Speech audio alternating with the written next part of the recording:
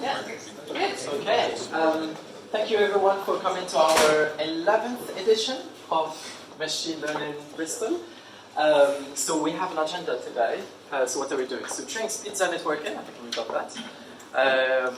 Community updates. We might talk about that soon. And then we have two speakers, both talking about NLP stuff, with a break in between, and more networking, and then we'll wrap up and head to the pub. Have we decided on that? We haven't decided, but we're right by Old Market, so it will be somewhere in Old Market. Yeah, we will find a pub and then we will go there. Yeah, so I think gather outside afterwards and we'll head there together. Follow one of us, I guess. Yeah. Cool. Okay, I just wanted to have a little shout out. Thank you to all of our sponsors. So we've now got 3 sponsors, which is really exciting. I can't remember how many were confirmed last time we had a session. Maybe 1 or 2. So we've got Candide, GraphCore, and then the latest addition is CookPad. So that's sort of relevant for a couple of reasons. So CookPad, some of you probably know, used to host its own meetup called ML Kitchen. We had some really great events here. Everything's really exciting. Loved interacting with the community. But we've made a decision over the last couple of months with Bristol ML, and we are closing down ML Kitchen. So we really wanted to do this because we're really excited about the machine learning community, and we really wanted to get behind Bristol ML as a community-driven meetup. So yeah, we're really excited at CookPad. So I represent CookPad and Bristol ML. So yeah, really pleased that CookPad is a big sponsor. Oh yes, if you would like to speak or host a meetup, please send us a message on Meetup. Yes, so please send us a message if you're interested in either giving a talk or giving us a space like this one. So it's not only the sponsors which are on the list. So we host it every 2 months somewhere different. Contact us on Twitter as well. And are you going to tell us about the conference? Yeah. So some of you probably know BrizTech. BrizTech is a meetup and hosts a conference every year. And BrizTech is hosting a brand new conference in April. I think that is the official title they've given. It's an MLOps conference. If you Google MLOps conference Bristol, you'll see that come up. So tickets are about to go on sale for that. So yeah, interesting machine learning event happening quite soon in Bristol. Okay, so that's it. So without further ado, I'm going to give over to Dan. Right, now you did that one, didn't you? Seamless changeover. Nothing happening here. HDI? Let's fill a drink. Yeah. Mute. Good to go.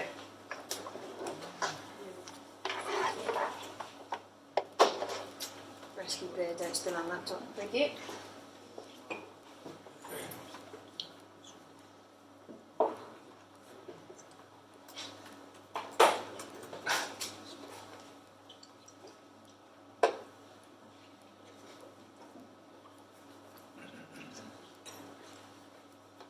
Awesome.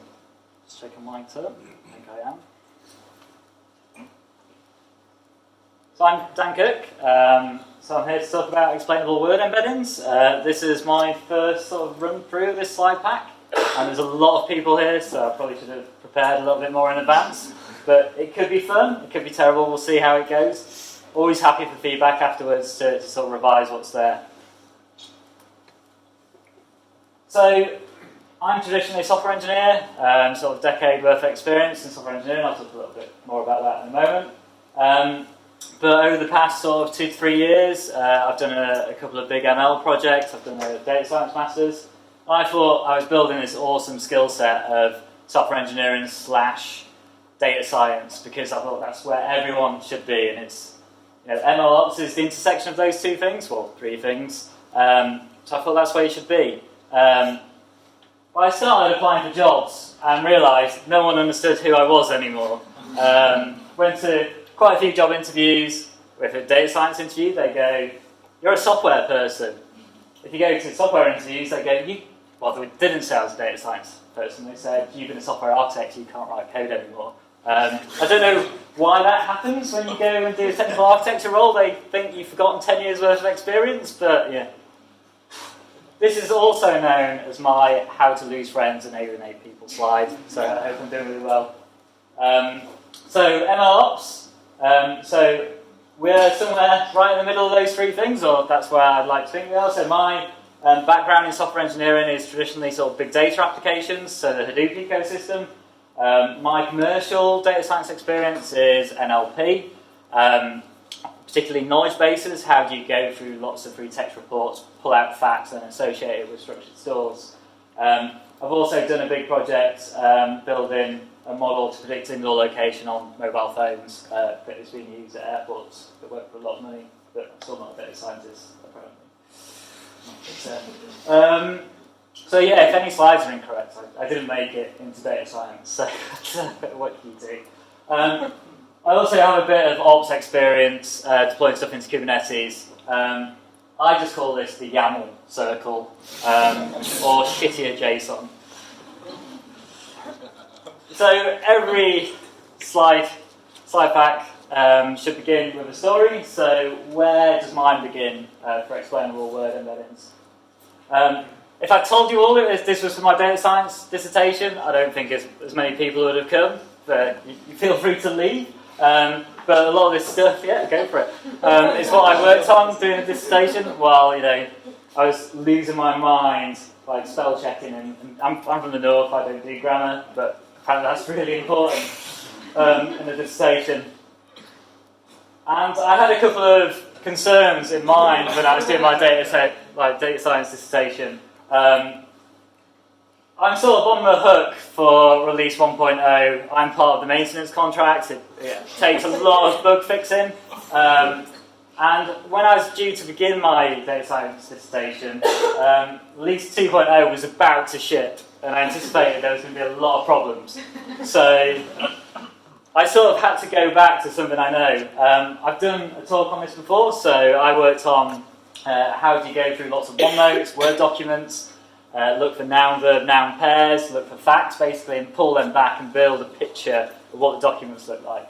And then associate it with like Oracle database and stuff. Guess the film? It's a nice easy one. Yeah, nice and easy. So this is just like some stock off-the-shelf NLP stuff run OpenIE, run against the Jurassic Park text in Wikipedia. So I thought, I want to do something like that for my dissertation, because hey, it'd be easy, right? I've already done stuff like this. So I did the thing that they told you never to do in industry, because I could. You've always got to find what does the user want? What do they want? Think about what the user wants, then go and build something for the user. So I did the opposite when I did my Masters last year. I was like, I'm going to pick something I want to do, and then I'm going to try and figure out how to write this dissertation to get a good grade and find some use case for what I've done. So I started off with knowledge graphs, and I thought, I want to do something with text classification with knowledge graphs. I'm going to do something, classify documents with knowledge graphs like Wikipedia. And we'll sort of figure out as we go. So, what does traditional text classification look like? It's not as cool as neural nets these days, like talking about text classification as much. Well, let's go for it anyway. So, you've got an input document, and you feed it through some supervised learning model, and you want to predict whether it's a sports class, it's news class, or politics, or whatever your classes are. So, feed it in, black box gives you an answer. This document is about this topic. Nice and easy, right? So, naive representation of how do you represent a document. So, you could use bag of words.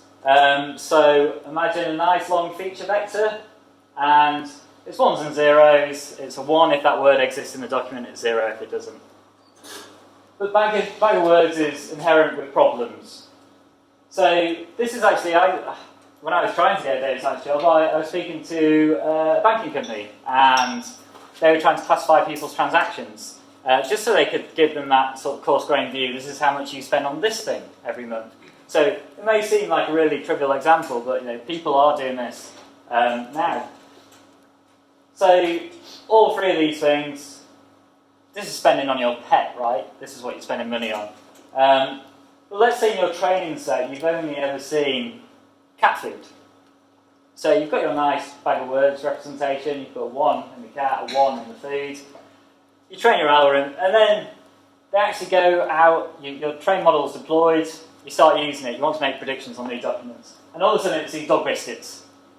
And it's never seen the term dog, or biscuit before, what category does it put it in? It's only been trained on examples that say cat food.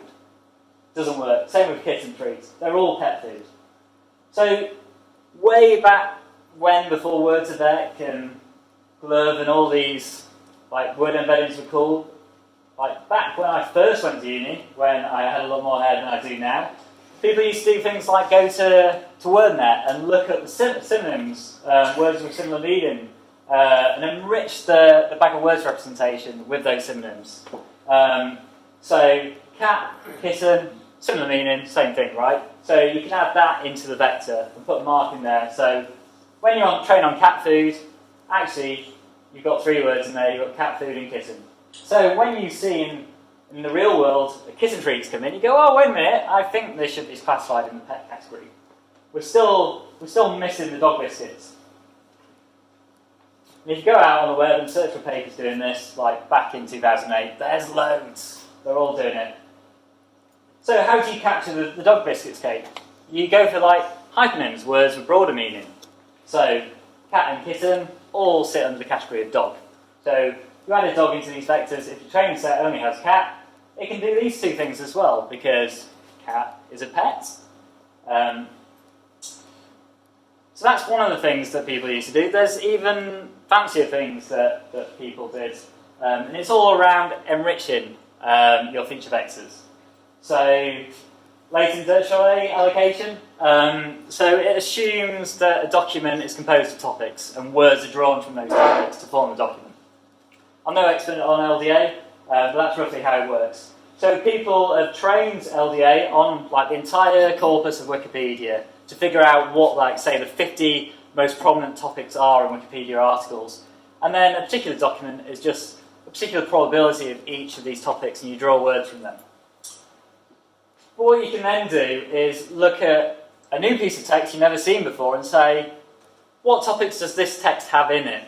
I've got my knowledge of Wikipedia and what the 50 main topics are. Look at my new text. It associates. It's got words that are normally in these 3 topics, and then you can basically do similar bag of words like 10 encoding again, but say, well, actually this text has topic 1 and 2 in it, and it's bringing in synonyms, hypernyms. It's bringing in this external knowledge that's been curated by humans. So if you want to see someone doing that, that's quite a prominent paper that does it.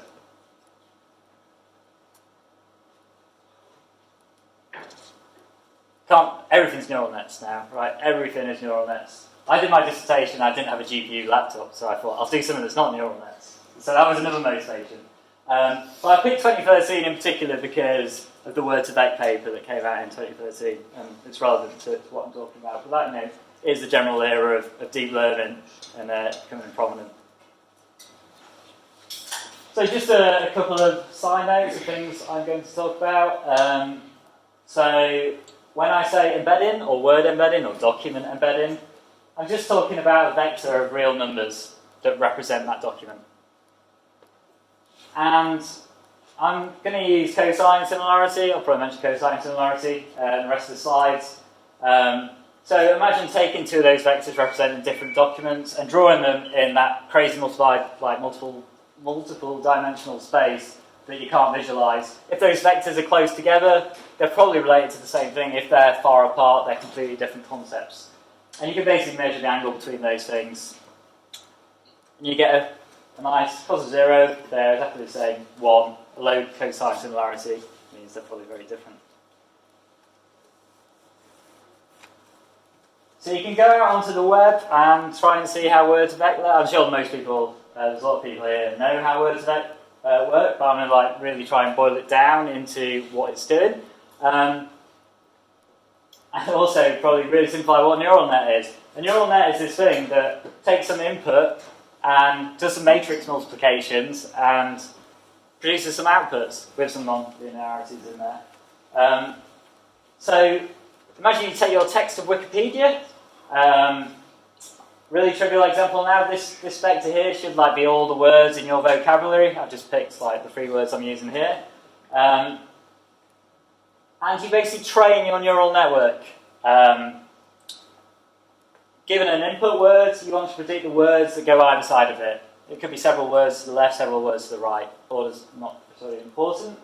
So in this example, the middle one is sat, the left word is cat, and the right word is mat. But just imagine scanning all of your text, feeding it this. Say, I'm going to give you an input word. I'll tell you what the output words are. You need to move your weights in your matrices in here. So if I give you a word, you can tell me what the words around it should be. And you always see a crazy diagram like that when you look at word2vec. It's exactly the same diagram as before, except this is like predicting 3 context words. I suppose I should step back and say the words input into word2vec, easiest way to understand it is a one-hot encoding, so it's a 1 if the word's there, it's 0 for the rest of the vocabulary.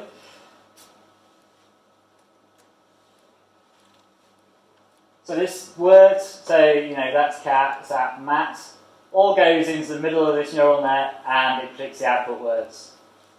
So you've got this nice hidden layer here, which it should be on there. So V is the length of the vector, the one-hot encoded vector, so in that case before it was 3. And N is the number of neurons in your hidden layer. So you take your word, you multiply it by the hidden layer, you get these outputs. You get this nice thing that actually only one of these is active and it's activating a certain row of this matrix. So this matrix has got, imagine the y direction, the rows, it's got V rows and N columns. So whenever any one of these are true, only one row in this matrix is active. And it's the multiplication of that row of the matrix times that one that produces these outputs over here.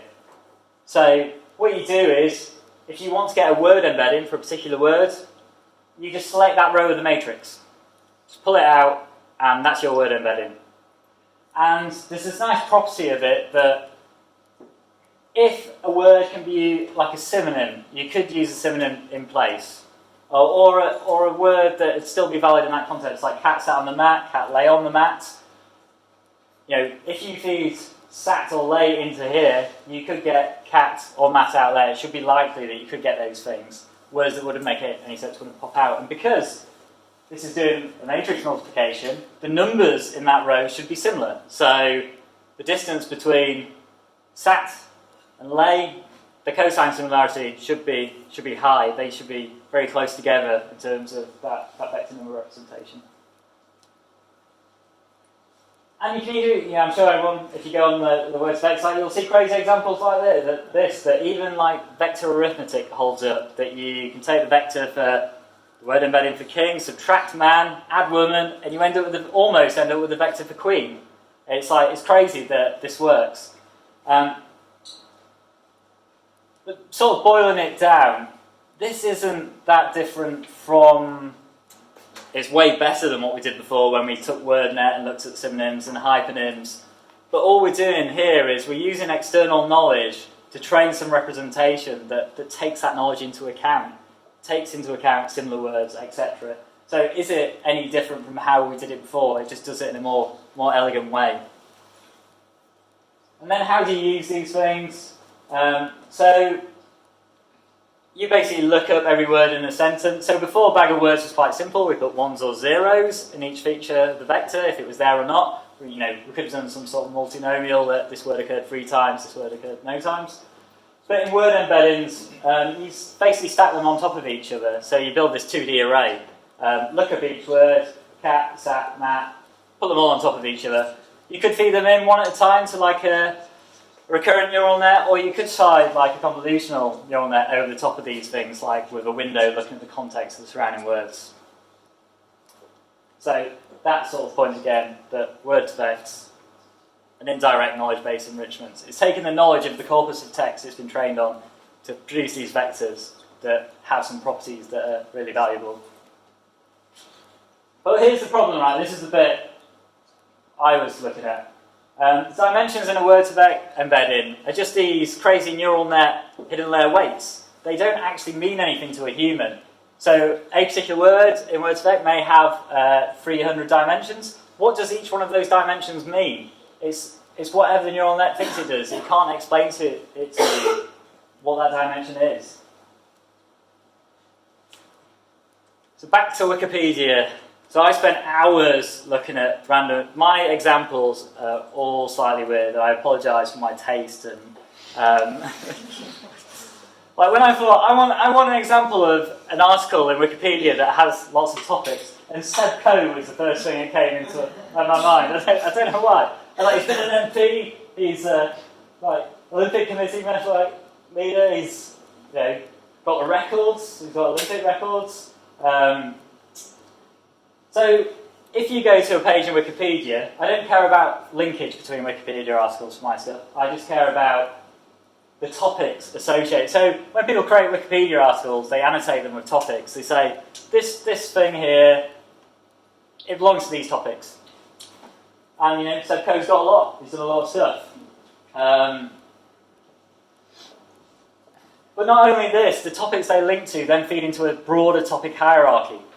So just taking one of Seb Coe's topics, the Olympic athlete of Great Britain, goes under British athletes, nationality. So it goes up this hierarchy and it gets narrower and narrower and narrower up to the top. Ultimately ends up at sports at the top level. So I thought, well, we can use this topic hierarchy. It's some sort of dimensionality reduction, but actually, if you take a layer of the tree, it has meaning. It has a reduced number of dimensions than the lowest layer, and they have labels associated with them. So I didn't start off just with word embeddings. I was looking at how do you embed a document, but then I realised it actually works for sentences, phrases, words, because you can look them up in Wikipedia and find the topics. So imagine you take a document. It has a bunch of phrases in there. You can go and look those up in Wikipedia. You can use anchor text references in Wikipedia, hyperlinks. And by using the hyperlinks, you get all the references to articles in Wikipedia that phrase represents. So like USA, will be a hyperlink of USA in Wikipedia, it would be United States of America, and it all goes to the USA like article in Wikipedia. And then you can attach votes to this bottom layer. This phrase appeared in the text 3 times. It's unambiguous. It's associated with this Wikipedia article. So that could be Seb Coe with his Wikipedia article. It might be, if it's a Seb Coe article, it might be a mention of like his Olympic records. But records might be associated with sports, a sports topic, or music. So you can basically put votes at the bottom and then propagate all these things up the hierarchy to the top. And they'll end up at the root level topics where it's sports, politics, etc. So quite a naive algorithm, just assume that you sort of uniformly proportion your vote, and off it goes. And then if you pick a layer of this hierarchy, you can use that as your embedding. If you like normalise these votes, you can get like a probability distribution of the topics that this person relates to. So I thought I was onto a winner. I thought no one else had done this before. I thought because everyone wanted to do neural nets, and there was one other paper out there that thought of something similar. Only like 2 years ago when I started, and I was like, damn, this could have been properly novel. So if you want to sort of see what they've done, they do a similar voting scheme, but it only does word embeddings. And their embeddings they generate, their example is obscene. You can't actually use them. Like, they're so sparse, and like you can never feed that into a neural net. It'd go nuts. But what I've done with mine is you can take any level of that. So you can take the broad topics, or you can take the specific ones. By taking the broad topics, you actually end up with quite a low dimensional vector. You can get like sort of 300 dimensional vector to use however you want. Whereas this was crazy. I've got a few tweaks in mine. You can sort of pick the topics you're interested in that you know is going to be present in your text, so it can do automatic disambiguation because you might know certain things aren't going to be there. As I say, you can take a level. You can do documents, sentences, words, and put all this in and get a nice representation. When you do word embeddings, you always have to do a tsne or some other like PCA style slot to say, look at my embeddings, look at the clusters of them. So I did a bit of testing on the Reuters news document corpus, which has crime, economics, elections held, religion, sports, and sort of looked up roughly. So if you've not done tsne, it basically takes a lot of dimensions and collapses them down to 2 so you can visualize them and shows you the clusters of things that, in my case I use a cosine similarity measure, so all these things have a high cosine similarity. And you see it's roughly about right, and it also catches words with multiple meanings quite well. But like a statement can be made, get this right, statement can be like a bank statement. It could be a statement made in court, crime and law enforcement like circles. So yeah, you could be making a statement in court. It could be a bank statement. It sort of hovers around the middle of the 2 clusters. What ones have got on there? There's a real death. That's got to be near religion, right? But one of the things you can do with this is when you see this, you can actually go and say, explain to me how you went up the hierarchy to figure this out, and you can actually trace it back to the things it linked to. The one that's really odd, and this is like me doing a data science dissertation, realising that I'd done enough work, I didn't want to do any more. Why is patient in the sports cluster and not over in the health cluster? And it's because people curate Wikipedia, and they do some silly things. Someone had hyperlinked patient in Wikipedia to refer to a patient baseball hitter. Just the word patient. And I hadn't taken into account prior probabilities. There's an easy way to solve this. You look at how often that word's been used to link to a particular article. No, patient was used once to refer to a patient baseball hitter. It's referred to hundreds of times to link to a medical study patient or someone in hospital. So if I'd actually done prior probabilities at the bottom, rather than just like a set of weights saying this word occurred X amount of times, it would have worked all right. We always like doing a cosine similarity table as well. It sort of shows what you expect, that attorney and lawyer have high cosine similarity, game and match synonyms, are close together. Hyponyms, disease is a hyponym of cancer, that's quite close together. But you still get odd things, but you can explain them. Like Bill Clinton, it's got like 0.2. The rest, if you look, they're all sort of when there's no relation, very close to 0. Bill Clinton and a lawyer, 0.25. I was like, is that because he went to law school? So I looked at it, I saw how my algorithm derived it, and it's because he got impeached, right? So, but you see other ones like George Bush and the Dalai Lama, 0.45, right? I was like, it's because he's such a great guy, right? It's not. But he did have an ancestor, George Bush, who was a biblical scholar. He was ambiguously linked to George Bush, the biblical scholar. Prior probabilities would have solved this. My supervisor told me I should have done it, and I was like, just give me the grades, I don't want to do any more. But what's the point? So I'm not going to dwell on the numbers too much. So don't worry too much about classification arms. If someone wants to look at this for non-commercial use, I'll quite happily send them my dissertation, and you can have fun reading it. But these top 2, so the blue line and the red line, are using a multinomial, naive Bayes, the bag of words representation, should I say, counts of words in the vector. So slightly better than bag of words. You see sort of what you expect. So the green line is my noise-based representation, actually running with random forest. But you see, when your training set size is low, it sort of incorporates all this prior knowledge and does better than stuff running on bag of words, which doesn't know about synonyms and hyponyms. But as your training set gets bigger, obviously that training set starts including all those various examples, cat and pet. It starts seeing all of those things. So, over time, this representation gets poorer. All the bag of words gets better. But where could you use this? Because we have quite big training sets in a lot of cases. Just an example that comes to mind is moving outside the box of just text classification. Imagine your classic movie recommendation system. So, you always see the Netflix stuff, but they have a whole load of users that all rate movies, rate films. And then you get a new user that comes along and you want to recommend a film for them to watch. So you can go in this matrix and you say, this user has rated these things, find me someone close to me with high cosine similarity to me, and then look at what films they've also watched and make that recommendation.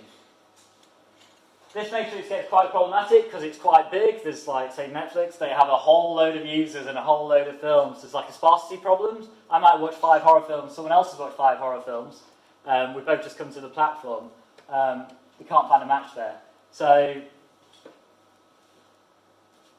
they tend to reduce this down with things like SVD, like principal component analysis style, reduce the matrix down to its latent factors, where this matrix is a lot smaller. The number of latent factors, these sort of hidden things that if I rate this film, I'm probably going to rate this film highly also. We don't need to capture both of those films separately in a column, we can capture them in one. So build this reduced matrix. And then you can use this to make predictions, but you get this problem that if you're running some sort of dimensionality reduction using a mathematical algorithm, you don't know what these latent factors are. These don't map nicely to horror, comedy, all of these things. They're just whatever the algorithm thinks, these two things, people normally rate them the same, that can be one latent factor. But what is that? What is the topic of that latent factor? So just as an example, bad example, awesome film, no one agrees, but it's awesome, right?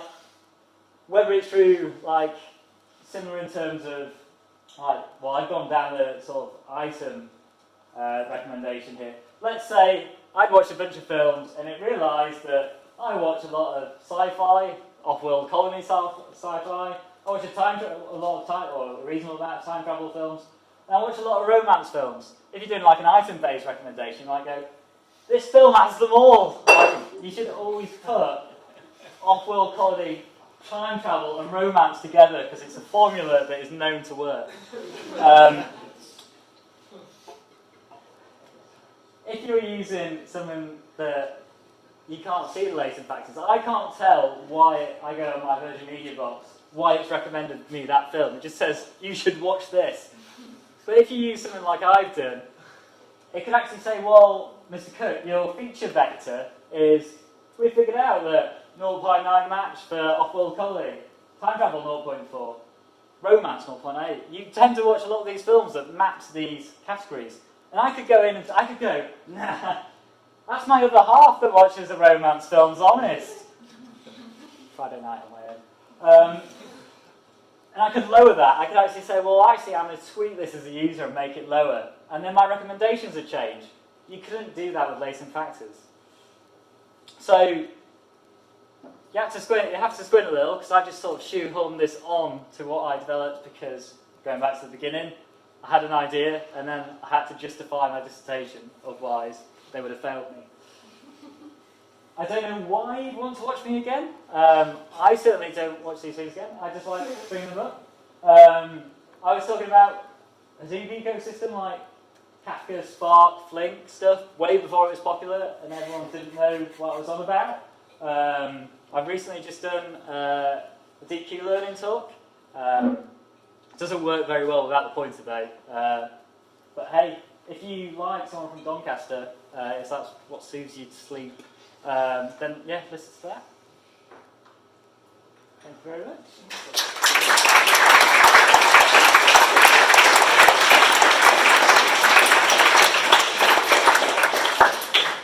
Thank you very much. Yeah, I think we've got 5 minutes for questions. Did you see any clear examples of bias come up in your embeddings? In vocabulary? So bias in terms of...